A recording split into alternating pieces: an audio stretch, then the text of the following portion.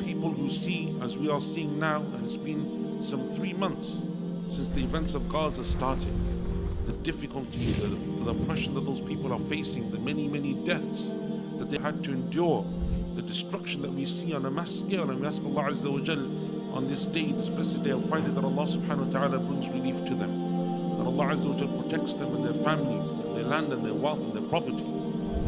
When you see something like this, there are two types of people in the way that they respond. Those who lack certainty in the promise of Allah subhanahu wa ta'ala, either because they have no iman or because their iman is weak. And so they are people who become depressed, people who are overcome by despondency, not only in themselves because they feel a sense of helplessness, which is natural, but also amongst the community and amongst other people.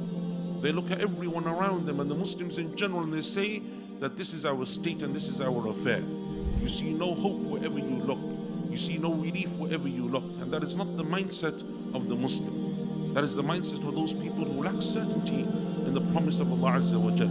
They don't have true iman in the words of Allah subhanahu wa ta'ala. But as for those people who do, they know that the words of Allah Azza wa Jal are true.